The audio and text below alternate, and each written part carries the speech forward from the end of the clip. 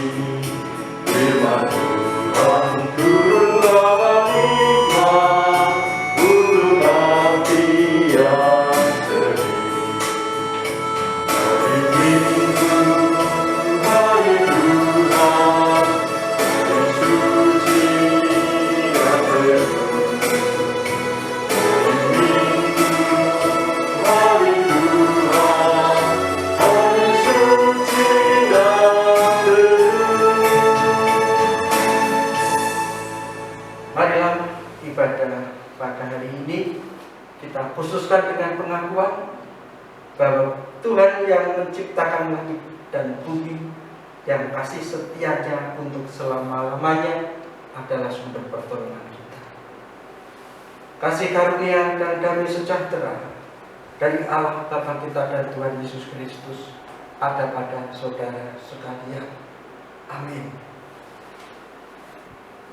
Tuhan itu baik karena kita memang miliknya. Mari kita mempersiapkan hati kita karena kita hendak membuktikan kasih Tuhan di dalam kehidupan kita melalui firman yang hendak kita pergumulkan bersama-sama. Sebelumnya kita siapkan hati kita dengan Kidung Jemaat nomor 362. Aku milikmu, Yesus Tuhanku.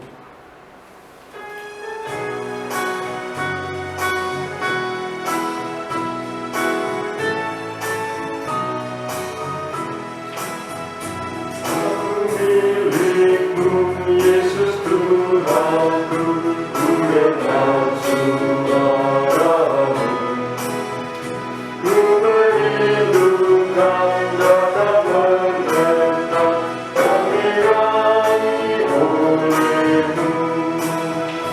Dari aku dan letakkanlah menatap di salibmu. Dari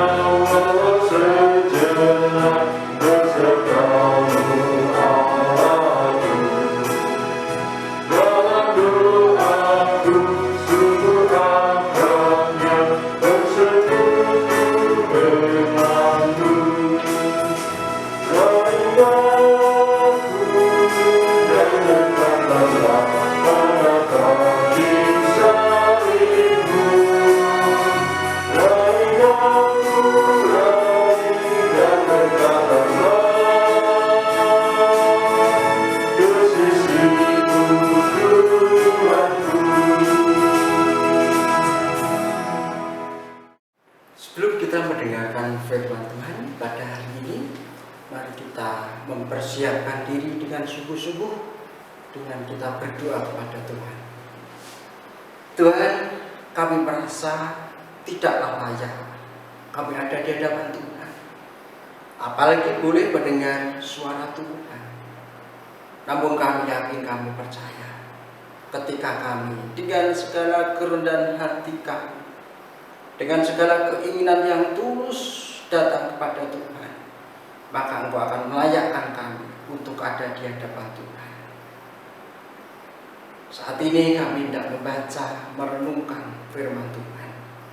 Kiranya Tuhan Engkau memberkati, sehingga kami boleh mengerti, memahami, bahkan menjalankan kehidupan kami bersama-sama hanya berdasarkan atas firman Tuhan yang boleh kami terima.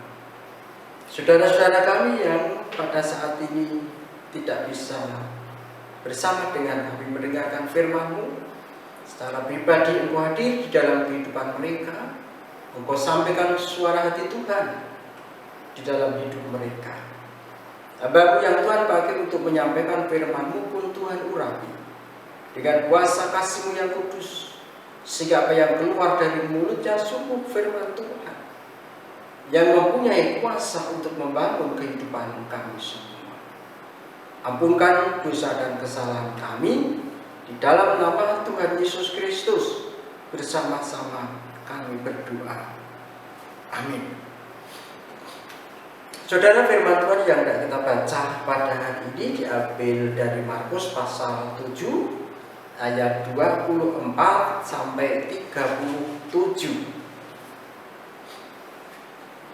Markus 7 ayat 24 sampai 37.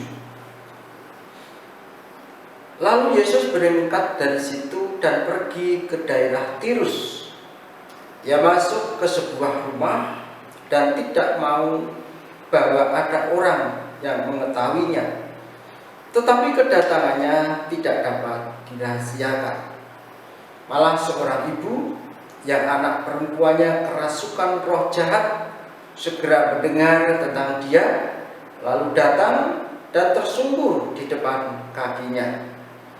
Perempuan itu seorang Yunani bangsa Siro-Fenisia. Ia memohon kepada Yesus untuk mengusir setan itu dari anaknya.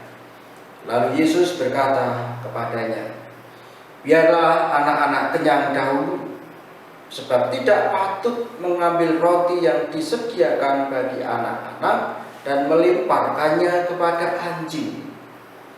Tetapi perempuan itu menjawab, benar Tuhan. Tetapi anjing yang di bawah meja juga makan remah-remah yang dijatuhkan anak-anak. Maka kata Yesus kepada perempuan itu, karena kata-katamu itu, pergilah sekarang, sebab setan itu sudah keluar dari anakmu. Perempuan itu pulang ke rumahnya, lalu didapatinya anak itu berbaring di tempat tidur, sedang setan itu sudah keluar. Kemudian Yesus meninggalkan pulau daerah Tirus dan dengan melalui Sidon pergi ke Danau Galilea di tengah-tengah daerah Dekapolis. Di situ orang membawa kepadanya seorang yang tuli dan yang gagap dan memohon kepadanya supaya ia meletakkan tangannya atas orang itu.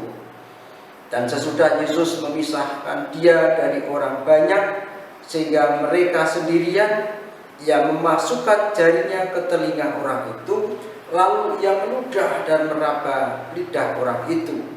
Kemudian sambil menengadah ke langit, Yesus menarik nafas dan berkata, Ephata, artinya terbukalah.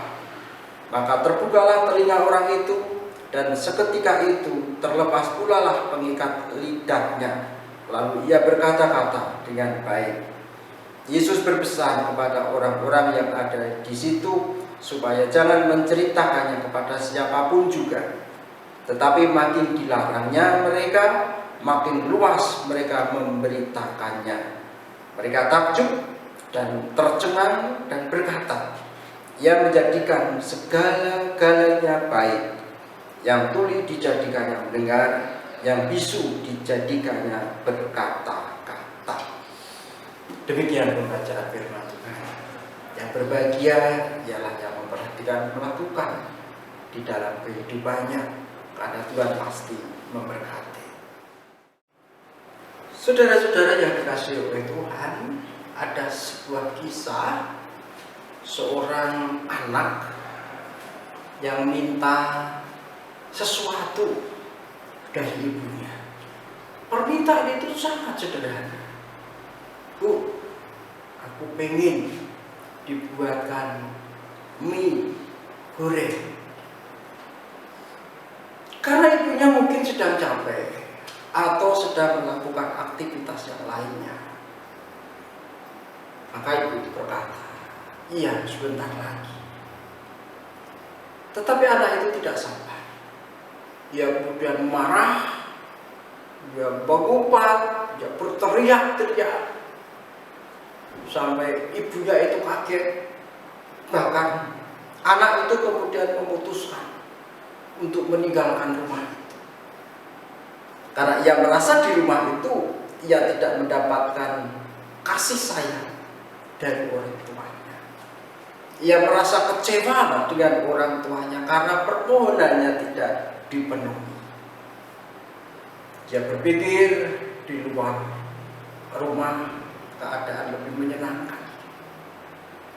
Dia berjalan dari satu tempat ke tempat lain, sehingga dia sampai ke suatu tempat dan merasakan lapar. Bagaimana ia akan mengisi perutnya yang lapar itu? Ia hanya melihat banyak warung-warung makan yang terbuka. Di situ banyak orang makan dengan enaknya. Anak itu hanya melihat dan ingin merasakan, tetapi apa daya karena memang tidak punya apa-apa. Ia mendatangi seorang penjual. Kemudian ia berkata kepada penjual warung itu, Pak, bolehkah aku membantu Bapak mencuci piring-piring yang kotor itu, untuk kemudian Bapak memberikan aku barang sesuap nasi. Bapak itu bertanya, nak, kamu dari mana? Kamu anaknya siapa? Kamu mau kemana? Anak itu hanya berkata, ia pergi dari rumah dan ingin merasakan kehidupan yang bebas, kehidupan yang tidak dibatasi oleh orang tuanya, tidak diatur oleh keluarganya dan lain sebagainya. Bapak pemilik warung itu kemudian, kamu makanlah dahulu. Nanti setelah kamu makan, mungkin kamu bisa melakukan pekerjaan apa yang nanti bisa kamu jalankan. Bapak itu memberi makan. Anak itu mengatakan, saya kerja dulu, Pak. Warung itu kamu makan dulu, semuanya nanti mudah. Ya, diberi makan, karena perutnya lapar, ya makan dengan sangat lahapnya, dengan sangat nikmatnya. Dilihat oleh bapak pemilik warung itu sampai selesai. Anak itu kemudian berkata kepada pemilik warung, apa yang harus kami lakukan? Saya lakukan untuk kami membalas kebaikan Bapak yang telah memberi saya makan. Bapak itu tidak menyuruh anak itu melakukan apa-apa. Cuma Bapak itu berkata kepada anak, nah, hanya karena sesuap nasi engkau menganggap aku ini orang yang baik, sehingga engkau mau menurut semua yang aku perintahkan begitu. Sadarkah kamu, apa yang Bapak ini lakukan jauh berbeda dengan apa yang telah dilakukan ibumu di sepanjang perjalanan kehidupanmu? Bagaimana engkau mau bersyukur tentang pada orang yang memberi sedikit, dan engkau tidak bisa bersyukur pada orang yang memberi begitu banyak, bahkan memberikan hidupnya untukmu? Ingat, 9 bulan engkau di dalam kandungan, engkau dilahirkan dengan mempertaruhkan nyawa. Ingat, tengah malam buta ibumu tidak tidur, hanya menjagamu sampai engkau sebesar ini. Dan engkau begitu mudah kecewa dengan kebaikan yang begitu banyak telah engkau rasakan. Bahkan engkau bersyukur dan mau melakukan apapun yang Bapa perintahkan, hanya karena sesuatu yang tentu itu tidak ada artinya sama sekali dengan kebaikan yang telah Ibumu berikan di sepanjang perjalanan kehidupanmu. Anak itu diam, anak itu merenung dan tidak sadar menetes air matanya. Bapak itu kemudian berkata, sudah, aku cuci piring itu sendirian. Kamu pulanglah kepada orang tua. Kamu pulanglah kepada keluargamu yang telah memberikan begitu banyak di dalam kehidupan. Anak itu pulang ke keluarganya dan merubah kehidupannya menjadi lebih baik lagi. Saudara-saudara yang dikasih oleh Tuhan, jangan mudah kecewa. Itu pesan yang Bapak pemilik warung itu berikan. Karena memang demikian, saudara. Melalui firman Tuhan yang pada hari ini kita dengarkan, kita sebenarnya juga sedang menerima pengalaman yang hampir sama. Kasih Allah yang sempurna terkadang nyata di dalam kehidupan kita melalui peristiwa-peristiwa yang ketika kita tidak menerima dengan hati yang terbuka, seolah-olah sesuatu yang menyakitkan.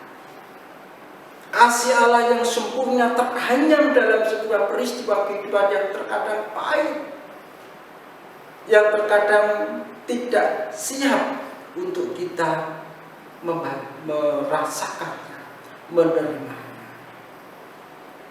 Seperti kisah yang baru saja kita baca. Ketika Tuhan Yesus sampai ke daerah Sidon, di situ ada seorang perempuan yang sangat menderita di dalam hidupnya. Penderitaan apa yang perempuan itu rasakan? Bukan perutnya yang lapar, bukan tubuhnya yang sakit, bukan beban kehidupan apapun yang menjadikan ibu ini menderita.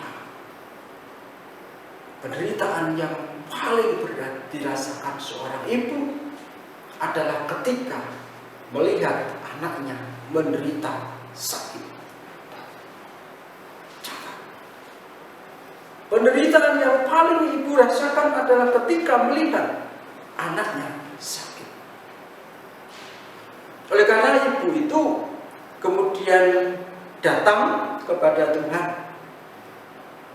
untuk membawa permasalahan hidupnya, untuk melepaskan beban yang begitu berat menekan hidupnya, dengan meminta tolong Tuhan Yesus agar tidak minta apa-apa, saudara, sembuhkanlah anakku. Rasa sakit, penderitaan yang selama ini ia tanggung menjadikan ia datang kepada Tuhan, tolong sembuhkan anakku. Saudara, Tuhan Yesus adalah pribadi yang penuh dengan kasih. Itu pasti wanita itu pernah dengar. Sehingga di bayangannya Tuhan Yesus pasti akan segera menyembuhkan anaknya. Nah, yang lainnya. Tetapi ternyata tidak seperti itu.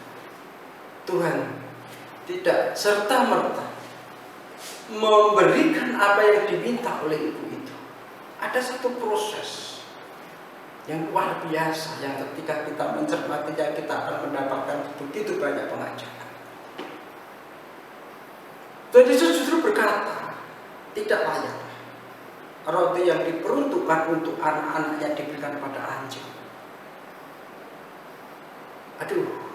sudah menderita, datang kepada orang yang dianggap bisa memberikan solusi, tapi justru dikatakan dirinya sebagai anjing.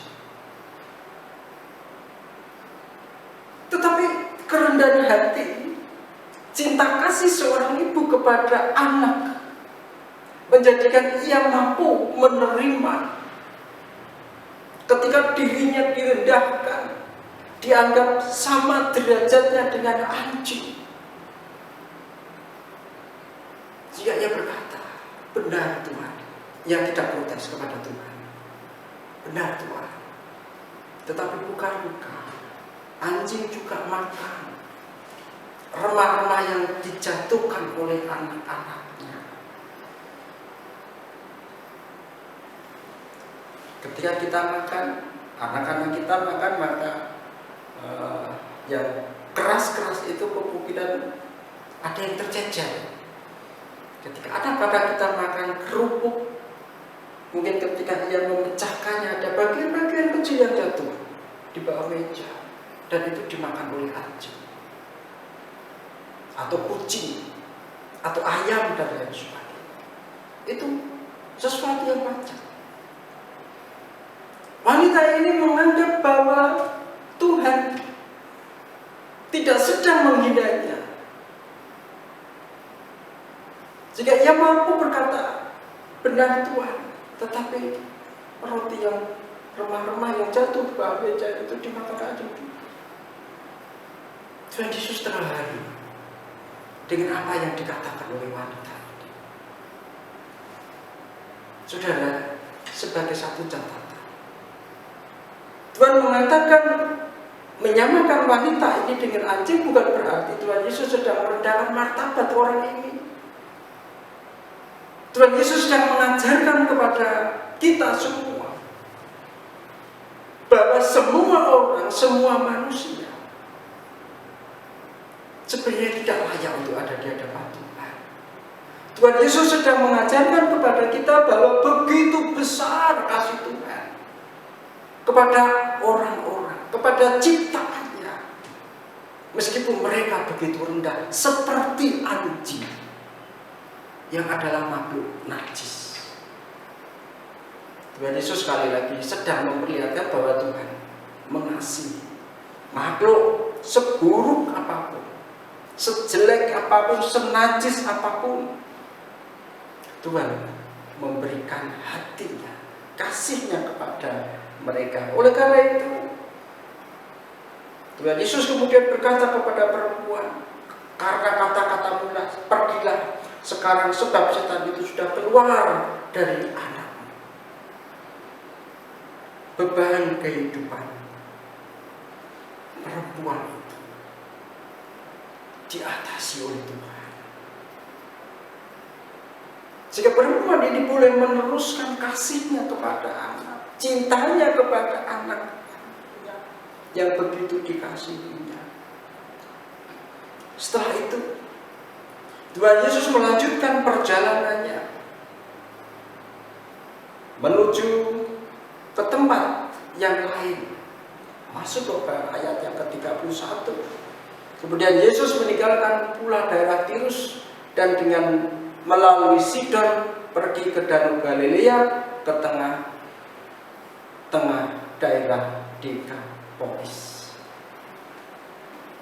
Setelah meninggalkan wanita kafir Sirofenesia yang saat itu dianggap bangsa kafir yang derajatnya seperti anjing, tapi tetap dikasih oleh Tuhan itu, Tuhan Yesus melanjutkan perjalanan dan sampailah ia di daerah Dekapolis,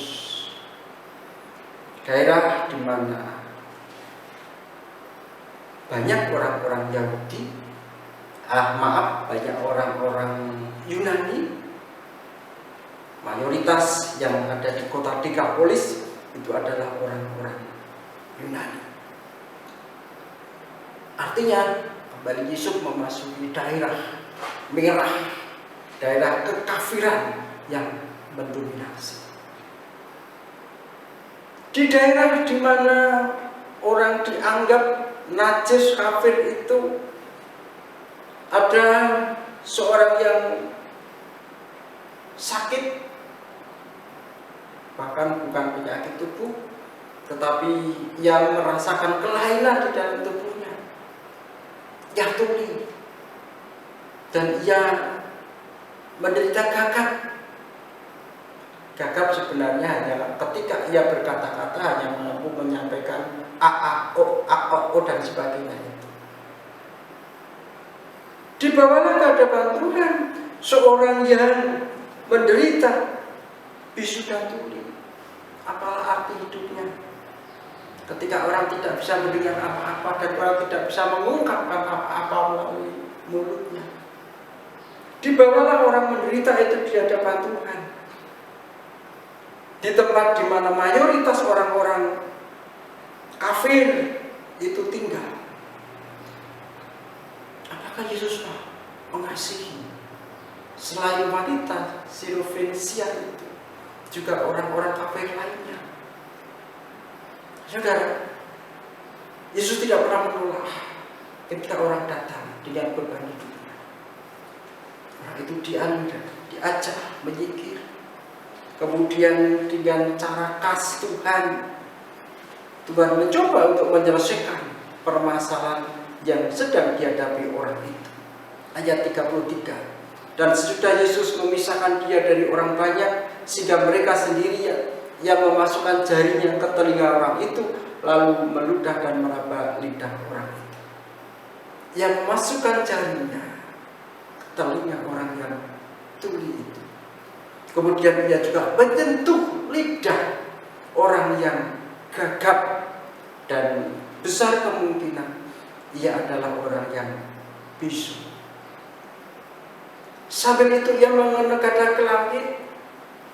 Ia kemudian berkata, Efata, yang artinya terbukalah. Terbukalah kasih karunia Tuhan untuk bangsa yang dianggap rendah, untuk orang-orang kafir, orang-orang yang tidak mengenal Tuhan, orang-orang yang derajatnya sama dengan anjing. Terbukalah kasih karunia, Efata. Dan dengan terbukanya kasih Tuhan pada manusia itu, terbuka pula gendang telinga orang yang selama ini tuli. Dengan Efata terbukalah kasih karunia Tuhan itu, terbukalah juga kuasa yang mengikat lidah orang itu sehingga ia mampu berkata-kata. Selesai perkumpulan itu, ia bisa kembali mendengar, ia kembali bisa berkata-kata. Jika banyak orang yang melihat peristiwa itu menjadi takjub. Ketakjuban mereka melihat kasih karunia Tuhan yang terbuka itu menjadikan mereka bersaksi. Iya, Yesus datang ke dunia menjadikan segala-galanya baik. Yang artinya apa, Bapak Ibu dan saudara-saudara semua? Kedatangan Tuhan di dalam kehidupan kita menjadikan apapun persoalan yang kita hadapi akan mampu kita selesaikan dengan sebaik-baiknya. Ayat 37, mereka takjub dan tercengang dan berkata, ia menjadikan segala-galanya baik. Ini sebuah ungkapan, ini sebuah kesaksian tentang optimisme seseorang ketika ia hidup bersama dengan Tuhan. Semuanya akan menjadi baik, semuanya akan menjadi menyenangkan, meskipun terselip hal-hal yang menyakitkan. Saudara-saudara yang dikasihi oleh Tuhan, perjalanan kehidupan kita di dunia memang tidak selalu tetap, bahkan penuh dengan ketidakpastian. Ada suka, ada duka, ada sakit, ada sehat, ada berkelimpahan, tetapi juga kita merasakan berkekurangan. Ketika kita datang kepada Tuhan, maka pasti Tuhan akan bercampur tangan dengan syarat kita menyadari bahwa kita ini adalah orang yang berdosa. Bukan dengan sebuah kesombongan, tetapi dengan sebuah pengharapan. Kita orang yang berdosa, kita membawa segala kenajisan kita, mengakuinya di hadapan Tuhan dan meminta pertolongannya. Ketika itu yang senantiasa kita lakukan di dalam kehidupan kita, maka kita akan mampu menjadi pribadi yang bisa mengucap syukur atas setiap kebaikan Tuhan, yang terkadang teranyam dalam peristiwa-peristiwa yang menyedihkan, peristiwa-peristiwa yang menyakitkan. Di situ sudah Tuhan sedang mempersiapkan hidup kita menjadi lebih baik lagi. Ia menjadikan segala-galanya baik. Tuhan memberkati kita semua. Amin. Mari kita bersaat teduh sejenak.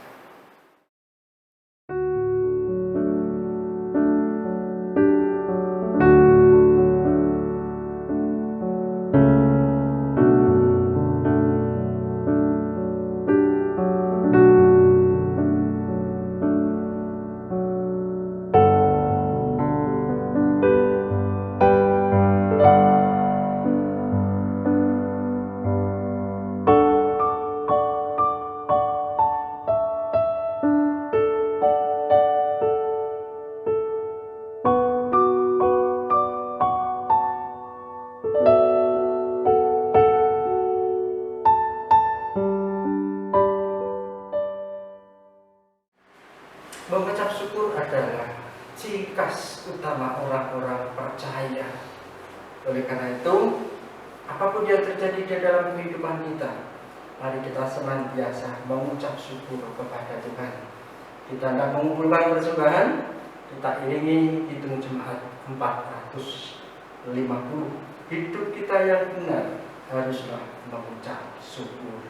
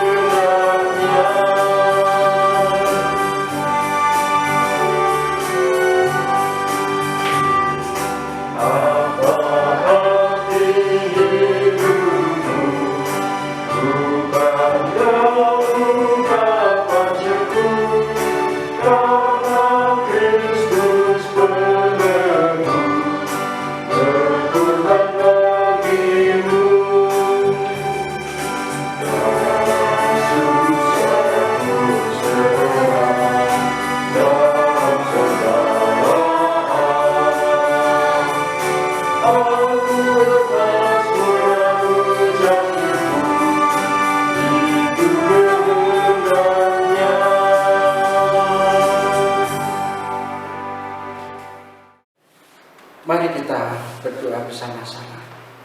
Bapa di dalam surga, kami menyadari dan mengakui terkadang ketika apa yang kami harapkan tidak segera menjadi kenyataan, kami menjadi orang yang begitu mudah kecewa, menjadi pribadi yang begitu mudah putus asa, menyalahkan Tuhan dan menyalahkan sesama. Kami tidak mampu bersyukur atas setiap kebaikan Tuhan yang boleh kami rasakan di sepanjang perjalanan kehidupan kami. Karena peristiwa-peristiwa yang kecil, kami melupakan kebaikan Tuhan yang begitu besar di dalam kehidupan kami. Syukur kami nyatakan ketika Tuhan Engkau mengingatkan bahwa Engkau akan menjadikan segala-galanya baik melalui peristiwa-peristiwa yang terjadi di dalam kehidupan kami. Kami berdoa kiranya firman ini Tuhan meteraikan di dalam hati kami, boleh mewarnai kehidupan kami.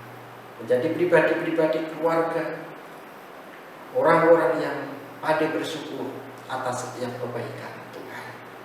Kami berdoa untuk saudara-saudara kami yang belum berkesempatan mendengarkan firman Tuhan ini. Kiranya Tuhan secara pribadi Kau nyatakan firman-Mu di dalam hati mereka, sehingga meskipun mereka jauh dari kami, mereka tetap dekat dengan Tuhan. Meskipun mereka sibuk dengan aktivitas pekerjaan, kegiatan mereka, mereka tidak melupakan Tuhan. Meskipun mereka merasakan beban kehidupan, sakit, penyakit, dan segala keterbatasan hidupnya, mereka tetap menjadi pribadi-pribadi yang boleh senantiasa menghitung kebaikan Tuhan yang selama hidup mereka rasakan. Kami berdoa untuk kehidupan gereja kami Tuhan, yang sungguh kami merasakan betapa Tuhan Engkau tidak pernah meninggalkan kami sendirian. Melalui peristiwa-peristiwa yang terjadi, Tuhan Engkau berkenan memberkati kehidupan gereja kami. Ikat erat kami dengan kebersamaan, sehingga dengan kebersamaan itu kami boleh menjalankan tugas-tugas panggilan kami, mengabarkan kabar keselamatan bagi orang-orang yang belum mendengar kasih setia Tuhan, dan merawat orang-orang yang sudah Tuhan selamatkan. Kami berdoa untuk keluarga-keluarga kami. Kiranya Tuhan memberkati kami, boleh menjadi satu keluarga yang berbahagia. Bangsa dan negara kami mohonkan berkat juga dari Tuhan. Demikian juga kehidupan dunia ini, kami serahkan semuanya di dalam tangan kasih Tuhan. Kami juga mengumpulkan persembahan, kiranya Tuhan terima dan kuduskan, sehingga boleh menjadi sarana nama Tuhan semakin termuliakan.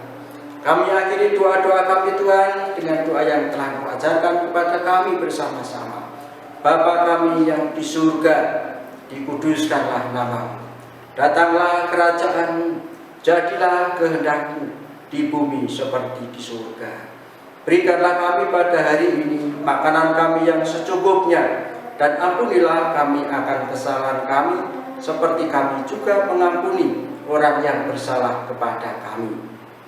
Dan janganlah membawa kami ke dalam pencobaan, tetapi lepaskanlah kami daripada yang jahat, karena Engkau-lah yang mempunyai kerajaan dan kuasa dan kemuliaan sampai selama-lamanya. Amin. Bersama-sama dengan orang percaya di segala tempat dan zaman, mari kita senantiasa memperbarui iman kita dengan mengikrarkan pengakuan iman rasuli. Aku percaya kepada Allah Bapa yang Maha Kuasa, Khalik langit dan bumi, dan kepada Yesus Kristus, Anaknya yang tunggal Tuhan kita, yang dikandung daripada Roh Kudus, lahir dari anak darah Maria, yang menderita di bawah pemerintahan Pontius Pilatus, disalibkan, mati, dan dikuburkan, turun ke dalam kerajaan maut. Pada hari yang ketiga bangkit pula dari antara orang mati, naik ke surga, duduk di sebelah kanan Allah Bapa yang Maha Kuasa, dan akan datang dari sana untuk menghakimi orang yang hidup dan mati. Aku percaya kepada Roh Kudus, gereja yang kudus dan am, persekutuan orang kudus, pengampunan dosa, kebangkitan daging, dan hidup yang kekal. Saudara, arahkan hati saudara kepada Tuhan.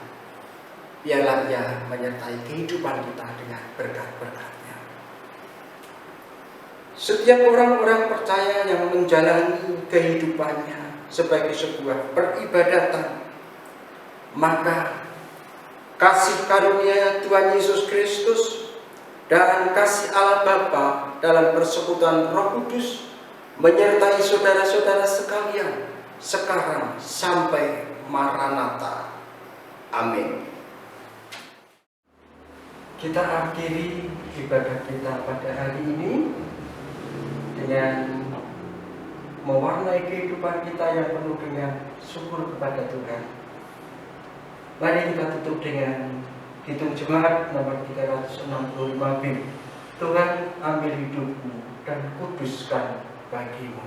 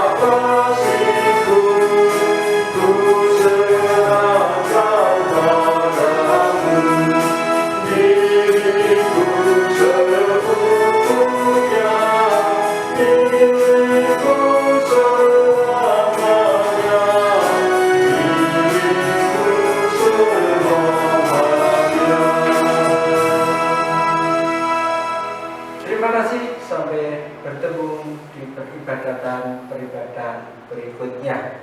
Tuhan memberkati.